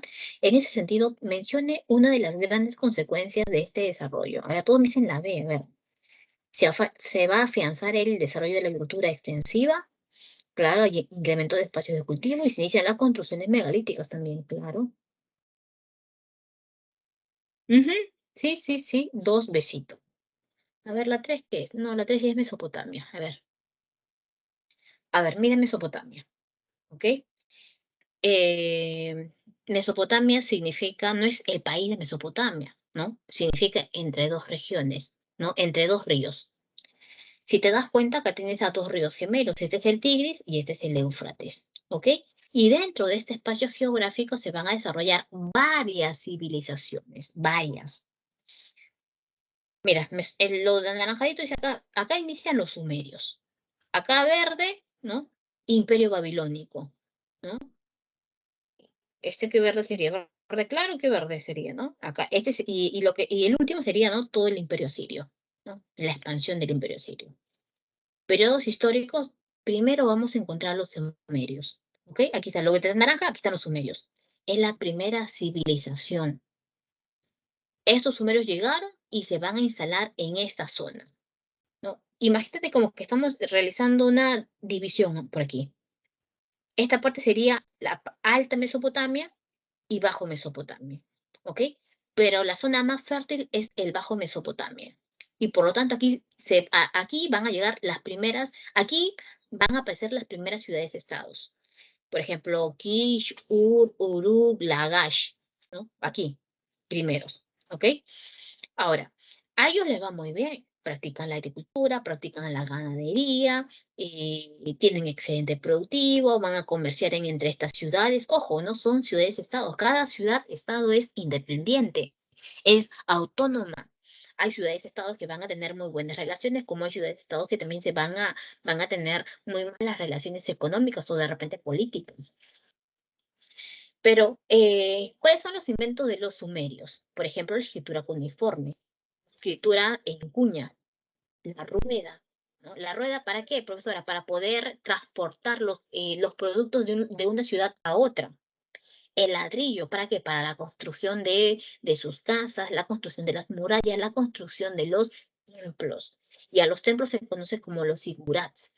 Los zigurats son grandes construcciones, grandes templos, chicos, que miden un aproximado de 7 pisos u 8 pisos, ¿no? Son grandes. Y ¿sabes qué? Estos templos tienen varias funciones. Función política, función económica, función administrativa, función religiosa, función astronómica. Porque dentro de esos templos, en un primer momento, gobernaron los sacerdotes, ¿ok? En un primer momento. Esos sigurat, por ejemplo, uno de los sigurat es conocido como el sigurat de Marduk o el templo de Marduk, aunque en la Biblia se conoce como la Torre de Babel. ¿Ustedes han escuchado hablar de la Torre de Babel? ¿Han escuchado o no han escuchado? En Semana Santa, la Torre de Babel, en la Biblia, ¿no? Dice, pues, no, que los hombres querían construir una torre muy, muy, muy alta que llegara al cielo, ¿no? Que llegara al cielo, pero Dios se molestó y le cambió a todo de lengua, ¿no? En realidad, ese viene a ser el sigurat de Marduk, ¿ok? A los sumerios les va muy bien, ¿no? Mira, el ladrillo, el arado, el torno alfarero. Mientras que en la parte del norte, donde se encuentran los acadios, estaba gobernando Sargón. Y por lo tanto, Sargón lo que hace es invadir a los sumerios y unificar al Alto y al Bajo Mesopotamia. En astronomía tenemos el calendario lunar, ojo, calendario lunar. En Egipto es el solar. El zodiaco, los signos zodiacales. Profesora, yo soy de Tauro, de Géminis, de Leo, ¿verdad? ¿Quiénes inventaron? Ellos. ¿Por qué, profesora? Porque ellos creían, pues, ¿no? Que de acuerdo a la posición de los astros, ¿no? Tal cosa iba a pasar, o tu día de nacimiento estaba relacionado con ello.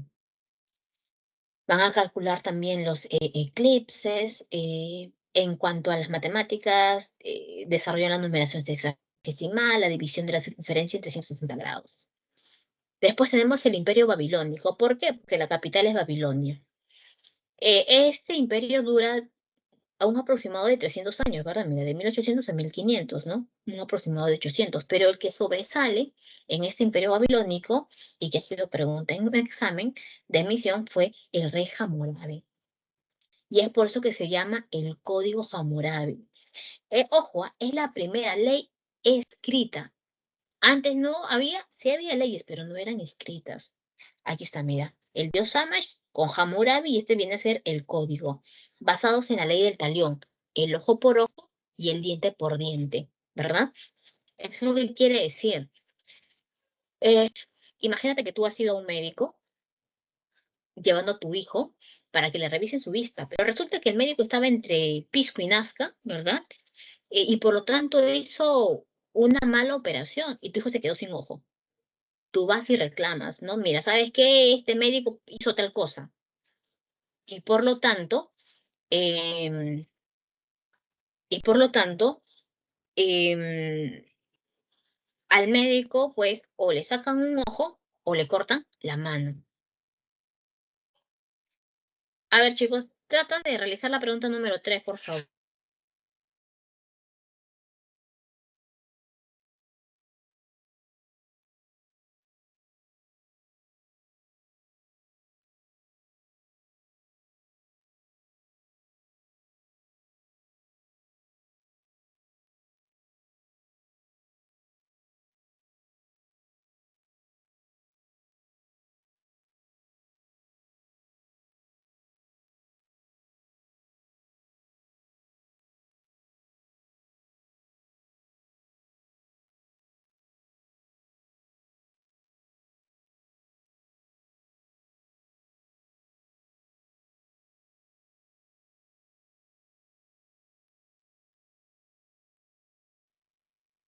La pregunta número 3, ¿pudieron resolverlo? La D. A ver. ah, Mesopotamia no fue una cultura, sino una región donde se desarrollaron diferentes civilizaciones en el transcurrir de su historia. Entre ellas destaca la civilización sumeria, caracterizada por sus grandes avances de conocimiento astronómico que redundaron en su producción agrícola. Bueno, eso es cierto, ¿verdad? 3, la D. A ver, regresemos aquí. Con respecto a el Imperio Babilónico, Hammurabi, estábamos hablando sobre el Código Hammurabi, ¿verdad? La ley del talión. Imagínate que yo construí mi casa y pasó una semana y una pared se cae, ¿ya? Y al caerse la pared, eh, no sé, pues mata a mi hijo, ¿no? Yo voy, me quejo frente a las autoridades y por lo tanto al arquitecto de la casa, eh, ojo por ojo, diente por diente, ¿no? Su hijo va a tener que perder la vida y si no es su hijo, puede ser él. Y también se impone pues el culto al dios Marduk, que es el dios de la guerra, ¿ok? Es el dios de la guerra. Hasta que llegan los hititas y los casitas que van a introducir el hierro y por lo tanto van a acabar con este imperio babilónico. El imperio asirio, no es un pueblo guerrero, expansivo y cruel. Se expandieron para evitar la invasión. Mira, si tú ves esta imagen, este viene a ser Asurbanipal. Profesora, yo veo a Asurbanipal, parece un hombre, no, grandote, fuerte, rudo, y es más, entre sus brazos tiene pues a un Michi, ¿verdad? Tiene a un felino, que en realidad puede ser un león, ¿no? Cuando tú ves esta escultura, dices, wow, ¿no? Qué, qué, qué fuerte este hombre, ¿no? Es más, yo levantarme contra este hombre en armas, no, qué miedo, ¿verdad? Ese es el mensaje que ellos te dan a conocer. Pero de que eran crueles, claro que sí, porque se dice que cuando ellos enfrentaban a un determinado pueblo, los primeros los torturaban, ¿no? ¿De qué manera? Les podía cortar las manos, los labios, o la nariz, o las orejas, o de repente te podían despellejar vivo, claro, sin piedad, y después recién te mataban. ¿No? Es por eso que la gente al ver eso dice, no, no, ellos son crueles, no, nada que ver, es más, yo me someto inmediatamente, ¿no? El tributo que quieras, yo te pago el tributo que tú quieras. Surbanipal logra la máxima expansión y organiza la primera biblioteca en Nínive, que es la capital del imperio. El dios de los asirios viene a ser Asur. El imperio babilónico, segundo imperio babilónico o neobabilónico, tenemos a Nabucodonosor II, que él construye la portada de Ishtar, el Sigurá de Marduk y también los jardines colgantes, pero ellos van a ser conquistados por Ciro el Grande, que viene a ser el rey de los persas. Por acá en esta imagen tienes la reconstrucción de la ciudad de Babilonia. En cuanto a sus características culturales, tiene la escritura cuneiforme. En arquitectura, el uso del ladrillo, del adobe, de la arcilla. Destacan los templos, que son los zigurats. Y en religión, ellos son politeístas, tienen varios dioses. Por ejemplo, este viene a ser Ishtar, la diosa de la fertilidad también. Shamash es el dios de la justicia, Marduk es el dios de la guerra para los babilonios y Asur es el dios de la guerra, pero para los sirios. Egipto, a ver, veamos. Dice, situado en el noreste de África, muy cerca de Asia, Egipto es atravesado por el río Nilo. Si este río Nilo no existiera, simplemente no hubiera existido la civilización egipcia. Porque si te das cuenta, alrededor, ¿qué es lo que encuentras? Desiertos y puro desierto. El Nilo también se divide en dos zonas, mira. Este es el alto y esto es el bajo. Profesor, ¿está mal? No, no está mal. Porque siempre la parte alta es donde nace el río y la parte baja es donde desemboca, ¿ok? Alto y bajo. Pero al observar la imagen, chicos, ¿cuál es la zona más próspera? ¿El bajo o el alto? ¿Cuál es la zona más próspera? El bajo, ¿verdad? Mira, aquí desemboca en un delta, profesora. No es la zona más productiva. Eh, em, ellos en medicina practican la modificación y no hay nada que envidiar porque en el Perú también se practica la modificación, las culturas preincas y la incaica también. Ginecología, traumatología, ellos van a utilizar un calendario solar. En matemática, la numeración decimal y también el cálculo del pi. Y hay ciclos del Nilo, ¿no? Ciclos del Nilo, ¿no? ¿Qué es lo que hacen los hombres de marzo a junio, ¿no? De junio a octubre, no, mira, ha empezado a llover, aquí no solamente ha llovido, sino que se ha rebalsado el río Nilo y por lo tanto va a dejar el limo y es por eso que de octubre a febrero se puede practicar la agricultura. Además que el Nilo sirve como también medio de transporte, ¿no? Vía de transporte. Los periodos históricos son muy importantes y tienes que tenerlos en cuenta. Por ejemplo, en una pregunta de examen de admisión, la pregunta era, eh, ¿quién construyó, construyó las pirámides de Egipto, chicos? ¿Ya? ¿Cuál es la mano de obra que construyó las pirámides de Egipto? ¿El pueblo tributario o los esclavos? ¿Ustedes qué marcarían? ¿Qué marcarían ustedes? A ver, los esclavos, el pueblo, me dice por ahí, no tengo varios, ¿no? Me dice pueblos o esclavos, ¿no? Con confianza, ahí coloca tu respuesta, ¿no? Vamos a ver después, ¿no? Si la atinaste o no la atinaste, ¿no? Por aquí tengo dos, ¿no? Algunos dicen pueblo, otros dicen esclavos. Es el pueblo tributario, chicos, ¿no? Pero no, yo he visto en la película, no, nada de película, chicos. Ya, los esclavos recién aparecen en el periodo nuevo, aquí. En el periodo nuevo neotebano, ahí aparece el esclavismo. Aquí no, mira. En el periodo arcaico tinita tenemos al primer faraón que va a unificar el Alto y el Bajo Egipto. El imperio antiguo aquí se empiezan las construcciones de las pirámides, Keops, Kefren y Micerino. Y a su vez también estos nomarcas, que son los jefes de las provincias, van a darle la espalda al faraón y por lo tanto Egipto va a caer en una crisis. En el Imperio Medio se va a establecer el culto al dios Amón, que es el dios Sol.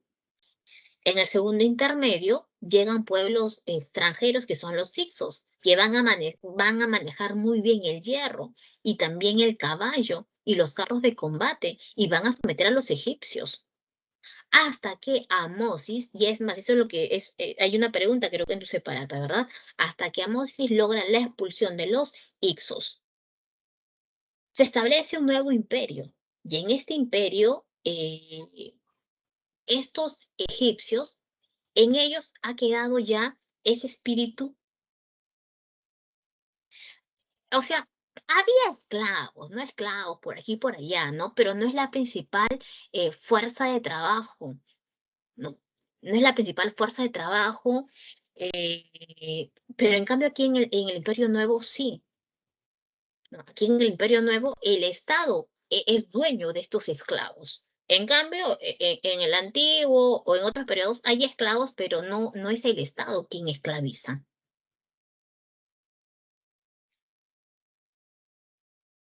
No, se les llama esclavos. ¿Ok?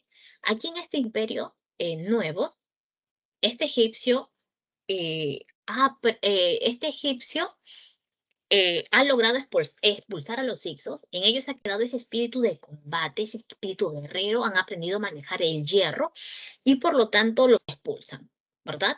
Ahora ellos no van a permitir que otro pueblo venga a invadirlos, así que ellos van a empezar a invadir a otros pueblos y al empezar a invadir a otros pueblos van a tomar prisioneros, van a tomar esclavos. Tenemos aquí a varios faraones, Tutmosis III, que logra la máxima expansión territorial. Tenemos a Menofis IV, también llamado Akenatón, el que adora a Atón. ¿Por qué? Porque él va a establecer el monoteísmo, la adoración a un solo Dios. ¿Y ese quién es? Atón, que está representado en el disco solar. Tú por acá observas la imagen de Akenatón, ¿verdad? O Menofis IV con su esposa Nefertiti y sus hijos. Él quería quitarle el poder a los sacerdotes. Por eso establece el monoteísmo. Y es más, por eso matan también al faraón. Y quien entra como nuevo gobernante viene a ser Tutankamón, quien va a restablecer el culto a todos los dioses. Y Ramsés, que firmando el Tratado de Kadesh, logra poner fin al enfrentamiento continuo entre los egipcios y los hititas. Y en la época tardía ya tú vas a ver que Egipto va a ser conquistado por los persas, posteriormente por los macedonios y por último por los romanos. Sistema de escritura tenemos tres: la jeroglífica es la religiosa, la hierática es la administrativa y la demótica con fines comerciales. En cuanto a la arquitectura son grandes, son monumentales, ¿verdad? Son monumentales religiosos, funerarios. Por ejemplo, tienes aquí las tumbas del faraón, una mástaba. En esta mástaba, que es una pirámide trunca, tenemos, por ejemplo, unas 50 habitaciones, pirámides escalonadas, pirámides lisas, los hipogeos, que están dentro de una montaña. Religión, ellos son politeístas, tienen más de 1000 dioses. Solatría, adoran a los animales. Heliolatría, al sol. Hay una creencia de la vida después de la muerte. Para ellos no es, ya voy a morir, qué pena, no. Hay una vida después de la muerte. Ellos creen también en el juicio de los muertos. Y quien está presente en todo momento es Anubis. Tú apenas mueres, apenas Anubis se presenta. Y Anubis es quien te va a conducir ante el tribunal de Osiris.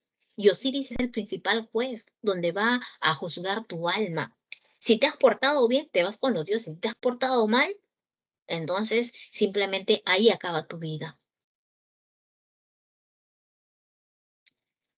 La India. Destacan los valles del Indo, del Ganges. Estas vienen a ser las estupas. Esta es una escritura ideográfica, mira, ¿no? Esto representa una idea. Aportes: el cero, el ajedrez, el yoga. Y religión tenemos el hinduismo, o también llamado brahmanismo, donde el hinduismo sí justifica el sistema de castas. Y ellos creen en la reencarnación, mientras que el budismo es fundada por Siddhartha Gautama y está en contra del sistema de castas. Periodos históricos, la civilización del Indo. Aquí tú tienes a la población originaria de la India. Ellos van a construir también grandes ciudades, como Mohenjo-Daro, Harappa, que son grandes ciudades con murallas que no van a envidiar nada a las ciudades-estados de Mesopotamia, ¿no? Y recuerda, ¿no?, que todas son a la par, ¿no? Todas las ciudades se van a desarrollar paralelamente. Mientras aquí en el Perú, ¿qué civilización estaban haciendo, chicos? Mientras allá está la India, la China, Egipto, Mesopotamia, aquí se estaba desarrollando Canadá. El periodo védico, aquí se produce la invasión de los pueblos indoeuropeos, que es población de tez blanca. Ellos son los que traen el hierro, los carros de guerra. Ellos son los que establecen el sistema de castas. Pero, ¿dónde se consolida? En el periodo brahmánico. En el Imperio Maurya tenemos a Chandragupta Maurya, con él se logra la primera unificación. Ahorita te explico aquí está el sistema de castas, ¿ya? Y con Asoka la máxima expansión y se establece el budismo como religión oficial. Mira, estas son las castas: brahmanes, kshatriyas, vaishyas, sudras. Cada uno de estos grupos humanos no pueden unirse, ¿ok? Cada uno se une de acuerdo a la casta que pertenece. La casta de los brahmanes, ellos son sacerdotes. De los kshatriyas son los militares. Vaishyas, el pueblo, y los sudras, siervos o esclavos, ¿ok? Los sudras se pueden emparejar con los sudras. Vaishyas con vaishyas, kshatriyas con kshatriyas, brahmanes con brahmanes, ¿ok? ¿Pero por qué?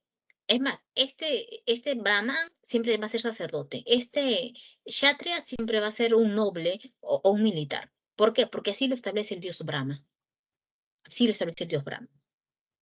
¿Y quiénes son los que están aquí abajo? Ellos son los impuros, los parias, los dalit, los que no pertenecen a ninguna casta. Y si tú le preguntabas, oye, pero ¿por qué él es paria? No te juntas con ese paria porque seguro ese hombre en su otra vida, ¿ok? En su otra vida desobedeció las órdenes del dios Brahma. Y es por eso que nació como un dalit. Él no pertenece a una casta. Es por eso que la religión es muy importante. Por ejemplo, mira, tú, esta religión del hinduismo o brahmanismo que cree en la reencarnación decía, a ver, mira, tú tienes que hacer caso a lo que dice el dios Brahma, porque si no en tu otra vida, en tu reencarnación te va a ir mal. Por ejemplo, mira, si tú eres un sudra y si tú haces caso a lo que dice el dios Brahma, en tu otra vida, cuando tú vuelvas a renacer en tu otra vida, de repente ya no vas a renacer como sudra, sino de repente como un kshatriya. Te va muy bien. Pero ¿qué pasa si en esta vida tú no haces caso al dios Brahma? Reniega de este sistema de castas. Cuando tú mueras y vuelvas a reencarnar, ¿ok? Ya no vas a renacer, no vas a ser ni siquiera un sudra. De repente puedes renacer como un paria. Y es por eso que no, ellos acatan a este sistema de castas. En el Imperio Gupta hay un apogeo comercial y gobierno descentralizado. Veamos China. Se encuentra entre los ríos Huanghe y Yangtze. Arquitectura, bueno, miran, esta gran muralla china. Destacan las pagodas, aquí está la pagoda. También, mira, la escritura ideográfica, mira. Cada uno de estos signos representa una idea. Y estos son los aportes culturales. Papel, brújula, imprenta, porcelana, la ballesta. Periodos históricos. La dinastía Shah, la etapa legendaria. ¿Ok? La dinastía Shah, ¿no? Metalurgia de bronce, ¿no? La edad de bronce. Aparece la escritura. Zhou, a ver, tenemos a los reinos combatientes. Aquí tenemos al reino de los grandes señores feudales que se pelean entre sí. En la dinastía Qin tenemos a Shi Huangdi. Shi Huangdi logra derrotar a estos reinos combatientes y logra unificar toda China, el primer imperio. Después de la dinastía Qin tenemos a la dinastía Han, que va a extender el comercio. Es decir, tenemos ahí la famosa ruta de la seda. Shi Huangdi es quien ordena construir la famosa muralla china y también a estos guerreros, a estos guerreros de terracota. Mira, los guerreros de terracota representan las diferentes naciones del imperio. Algunos de los 8.000 custodian el mausoleo del emperador. Un aproximado de 8.000 personas, chicos, ¿no? Aparte de esos 8.000 encuentras también carros de combate y caballos, y todos en tamaño real. Escuelas de pensamiento tenemos a Confucio y también a Lao Tse. Confucio es un filósofo chino que justifica el poder del emperador. El emperador tiene que gobernar porque es el hijo del cielo, porque el emperador se preocupa por cada uno de ustedes. Y a su vez también le dice al emperador cómo debería comportarse frente a sus súbditos. Y él propone, ¿no?, realizar una reforma social, pero todo a través de una educación de tipo moralista. Las virtudes que tiene que tiene que tener todo hombre. Lao Tse te habla acerca, pues, no de él te dice, no, en la naturaleza, en el mundo, existe dos fuerzas que se necesitan, pero que se repelen, ¿no? Pero a su vez también se complementan, ¿no? Hay toda una contradicción, ¿verdad? Y a eso se le conoce como el taoísmo, ¿no? Por eso es el yin yang. bueno, como tú quieras llamarlo, ¿no? El yin yang, ¿no? Estas dos fuerzas, ¿no? Por ejemplo, blanco, negro, varón, mujer, um, alto, bajo, ¿no? Son dos fuerzas que se complementan o muchas veces también, no sé, eh, mm, eh, están en constante enfrentamiento. Partido Comunista Chino. Aquí no podemos ahorita hablar del Partido Comunista Chino, y eso lo vamos a ver ya para 1900. A ver, chicos, y aquí está tu línea de tiempo. Está bonita la línea de tiempo. A ver, te la dejo en tu pantalla para que tú ya lo puedas, ¿no? Mm, para que tú la puedas ver con más detenimiento. Y vamos a tu pregunta número 4. A ver, la número 4, ¿cuál sería tu respuesta?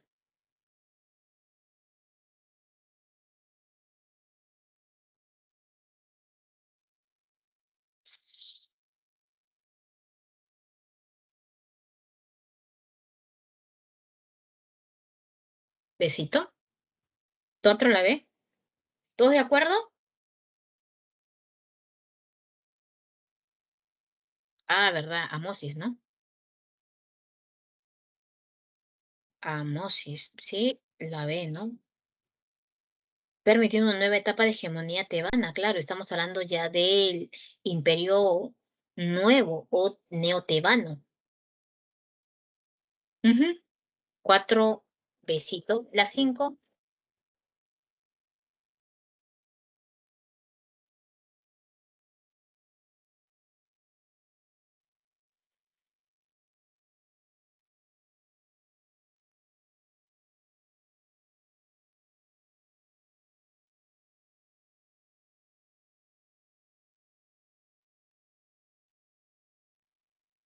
¿cuál sería tu respuesta para la número 5?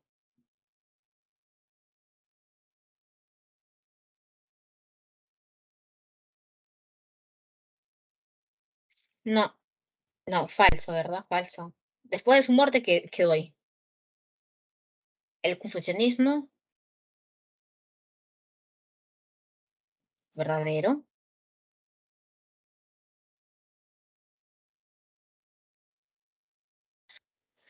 ¡Uh!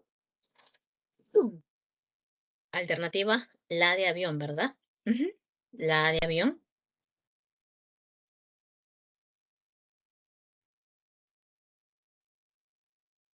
A la muerte de Xiwanti, su heredero, Ershi no pudo contener las rebeliones de múltiples regiones sobre su mando, siendo derrotado la dinastía Qin, ¿verdad? El funcionalismo se basa en series de preceptos morales y autocomprensión para llevar una vida recta. Ok, 5, la de avión. Bueno, mis queridos chicos, ahora sí terminó nuestro curso. Si te das cuenta, nosotros hemos volado el día de hoy. Porque en un ciclo normal tendríamos, ¿no? 2 horas especialmente para hablar de mm, hominización, edad de piedra de los metales. Cuídense, ya nos vemos para la próxima semana. Bye bye, chicos. Nos vemos. Muchas gracias, Miguel. Hasta luego. Hasta luego. Hasta luego, profesora, gracias. Hasta luego, chicos. Hasta luego.